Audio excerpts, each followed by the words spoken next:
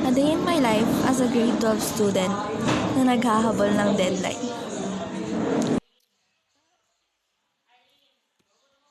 So ayun, dito naghahanda na kami ng pang-quiz. Nagpa-quiz agad si ma'am. Oo, bakla.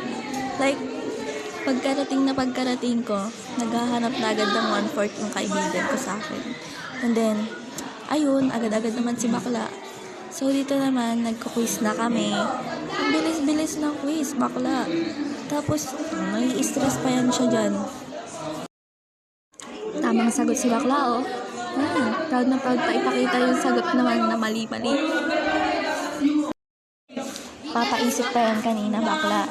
Na bakit pa nag-review kung wala din naman dun yung quiz?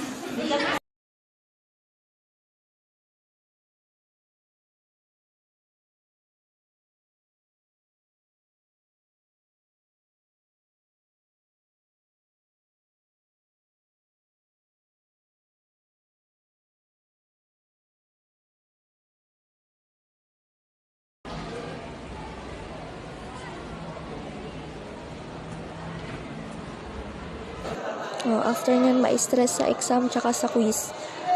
Namburaot si bakla. Ayan, tamang kain lang. Sobrang asim pa nung mandarin na hiningi namin.